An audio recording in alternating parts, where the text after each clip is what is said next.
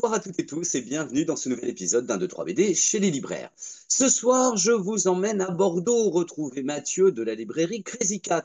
Alors vous allez voir, il va se passer plein de choses à Bordeaux. Allez, on retrouve Mathieu, c'est parti. Salut Mathieu. Hey, salut Christophe, ça va? Bah écoute, super. Et puis je suis à Bordeaux, donc c'est top. À bientôt. Oui, météo conditionnel, mais oui, c'est chouette d'être à Bordeaux quand même quand l'été arrive. Bon, je pars à la plage ce soir, hein. Non, je rigole. Oh bah ouais, tu parles, il pleut partout. Ouais. Bon alors, il y a plein d'animations prévues dans le cadre de Bordeaux Fête le Vin. Oui, complètement. Tu sais, on va en parler tout à l'heure. On est une librairie fou de vin. On a un bar à vin, on a notre propre vin. Et effectivement, 200 000 personnes qui viennent à Bordeaux pour cette grande fête. Ça fait des gens dans la librairie, quoi qu'il arrive. Ouais, c'est chouette. Ah ouais, c'est beau ça. Bon, allez, on commence par le premier conseil et puis après, on va parler de choses sérieuses. Ok, on va parler d'abord BD, ensuite Pinard. Écoute, tu sais qu'on est très attaché à la culture locale, aux auteurs locaux ici, qu'on défend beaucoup. Il se trouve que Boris Guillotot, qui avait fait un Grand Bourgogne oublié, Ah oui, t'en souviens, c'était vachement oui. chouette, hein. Il a déménagé à Bordeaux il y a quelques années, donc on voulait le mettre à l'honneur. Il vient de sortir une BD qui s'appelle Adieu coach, et puis double actualité, parce que je ne sais pas si tu suis le rugby, mais les demi-finales du championnat de France de rugby cette année, c'est à Bordeaux. Et en plus, Mm. Bordeaux est qualifié pour les demi-finales, donc c'est le grand événement de la semaine prochaine. Il y aura 40 000 personnes au stade, donc je voulais aussi parler un peu de rugby. Alors, Adieu coach. Donc, deux Guillotot, les deux frères d'ailleurs, l'un au scénario, l'autre au dessin, chez Grand Angle. Ça parle de cinq gars qui étaient d'anciens joueurs de rugby amateurs qui voient leur club de jeunesse qui va péricliter, qui va faire faillite et le terrain sera remplacé par un supermarché. Donc c'est vraiment l'horreur et ils décident de se remettre en selle pour essayer de trouver des adhérents, des fonds pour sauver le club. Et il se trouve qu'il n'y a plus d'équipe masculine parce que tous les joueurs sont partis et le sauvetage doit passer par l'équipe féminine. Féline, et ouais. On est en pure comédie. Comédie très réussie, bien écrite, très enlevée, avec cinq personnages, beaucoup plus de personnages très forts, un peu à la Nakash et Toledano, dans les bons côtés de leur cinéma. Mm. On a beaucoup de thèmes. On a le thème du sport amateur, qui est souvent très peu traité, hein. Quand on parle de sport, c'est Bien toujours des sûr. stars. Là, c'est vraiment le petit club de village, avec la buvette, les ricards à gogo, tout ça, etc.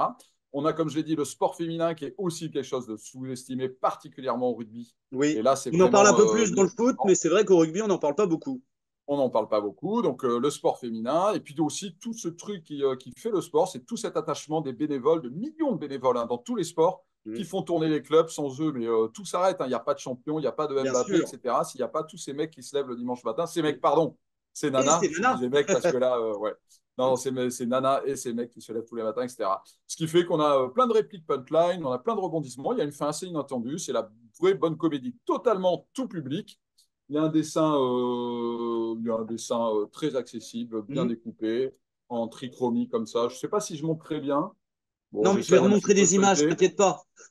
Après, ouais, c'est bon, ok, t'inquiète. Voilà. Donc voilà, une bonne comédie qu'on peut vraiment offrir à tout le monde. C'est une chouette lecture d'été, mais pas que, parce qu'il y a du sens, il y a de la profondeur. Très bien, et puis parler un peu de rugby en ce moment où on parle beaucoup de foot, Ouais, ça change un peu. ouais. En foot à Bordeaux, il ne faut pas trop parler. Et puis, bon, on est en demi-finale. Ça fait 30 ans qu'on n'a pas été champion. Quand je dis Lyon, c'est Bordeaux. Eh oui, Donc voilà, on espère. très bien. Allez, deuxième coup de cœur. Yes, coup de cœur aussi pour, allez, je recule un petit peu, pour les aventuriers de l'Uruca, chez Le Lombard, et c'est d'un auteur, Rémi Farnos. Je vais t'en parler. D'abord, tu vas me dire qu'est-ce que c'est que ce truc, parce que c'est la totale histoire de pirates hyper classique. Donc, tu vas faire Mm. encore.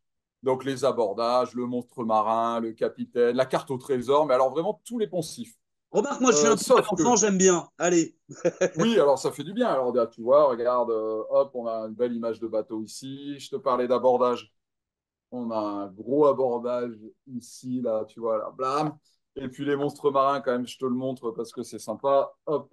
Ah Voilà, on ouais. a ce dessin très dynamique, très enlevé, très accessible aussi, assez grand public, mais vraiment très touchant, simple à lire. Bon, c'est la référence inusable, mais c'est vrai qu'il y a toujours Christophe Blain comment Oui. dire, qui a essaimé parmi des centaines, hein, d'auteurs BD. C'est quand même dans cet esprit, même si ça ne ressemble pas vraiment au trait de Christophe Blain.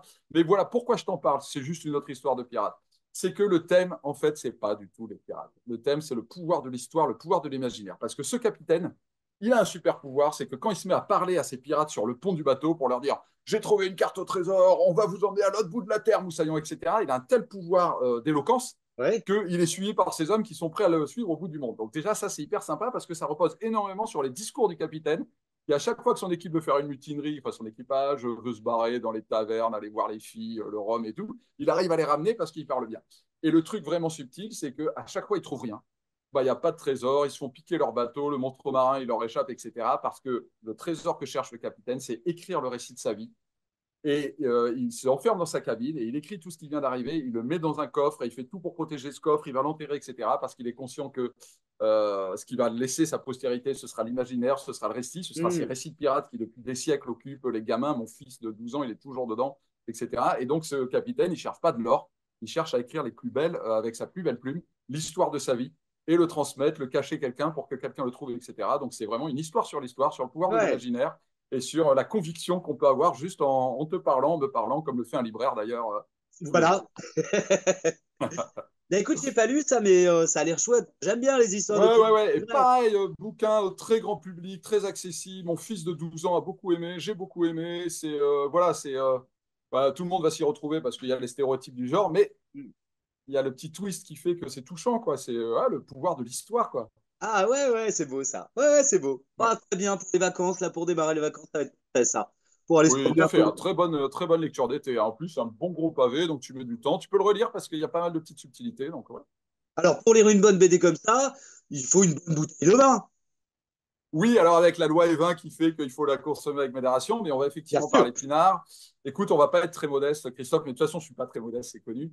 On pense qu'on est la seule librairie au monde qui possède ses propres vignes, puisque nous détenons 60 pieds de vignes, un rang, du Château Réau. Château Réau, c'est à Cadillac. Cadillac, Ouais. c'est au sud de Bordeaux. C'est à l'origine d'ailleurs du nom des voitures, il faut le savoir. Il y a un noble de Cadillac qui est allé aux États-Unis et ça a donné les voitures. Bref, donc on possède réellement 0,6% d'un château à Bordeaux. On a acheté un rang de vigne. C'est un château participatif.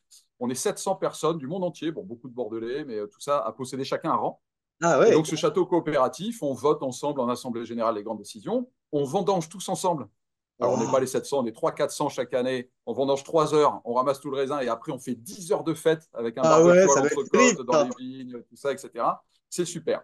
Et comme nous, on a un bar ici, hein, bon, ça, je l'ai déjà dit. On s'est dit, tiens, on va faire une bouteille, une cuvée pour Une Crazy cuvée Cat. spéciale.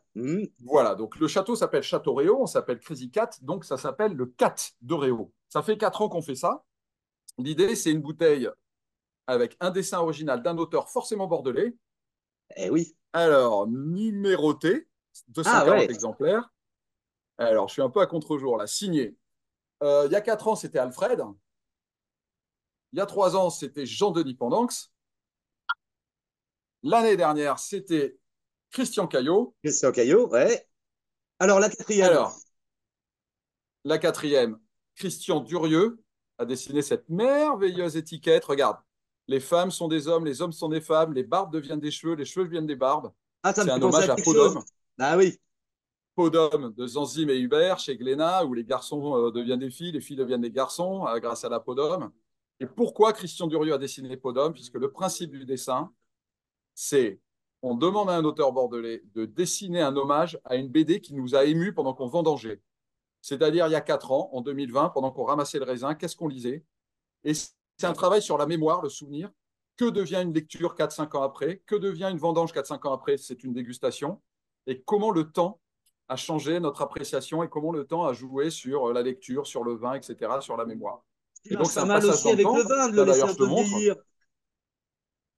de le laisser vieillir. Regarde, en 2020, Alfred avait rendu hommage à Emmanuel Guibert, puisqu'on était sur la cuvée 2016, Eh oui, Martha et Alan. très bien. Et puis en 2023, c'était la cuvée 2019 et Christian Caillot avait rendu hommage à In Waves de Hadji Dungo. En fait, Excellent. c'est un passage dans le temps. Qu'est-ce qui nous émouve, quelle lecture nous a émus pendant qu'on vendangeait? Alors, il y a un petit lancement de prévu? Yes, donc jeudi 20 juin, 18h, 21h, on fait un petit apéro, on fait déguster le vin. Il y a le vigneron qui vient nous expliquer son vin et puis surtout le principe incroyable de ce château où on est 700 à détenir le château.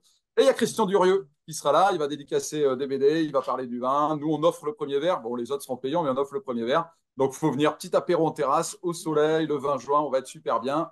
Jeudi 20 juin, 18h, 21h. Eh ben, écoute, c'est pas mal. Moi, je n'arrive à Bordeaux que mercredi prochain pour la Ouais, conférence à la Cité Bordeaux, dans le cadre de Bordeaux Fête le Vin, donc à la Cité du bien Vin. Il y sûr. aura une conférence avec SP et Corbéran autour de Château Bordeaux. Et puis, Ouais, je serai super. là tout au long de la fête, donc je vais venir m'arrêter pour boire un coup, bien sûr. Ah, j'adore. T'es attendu comme le Messi. Mathieu, je te remercie beaucoup. Et puis ben voilà, on se voit la semaine prochaine alors. C'est moi qui te remercie. À très bientôt, Christophe. Bye bye. Allez, salut!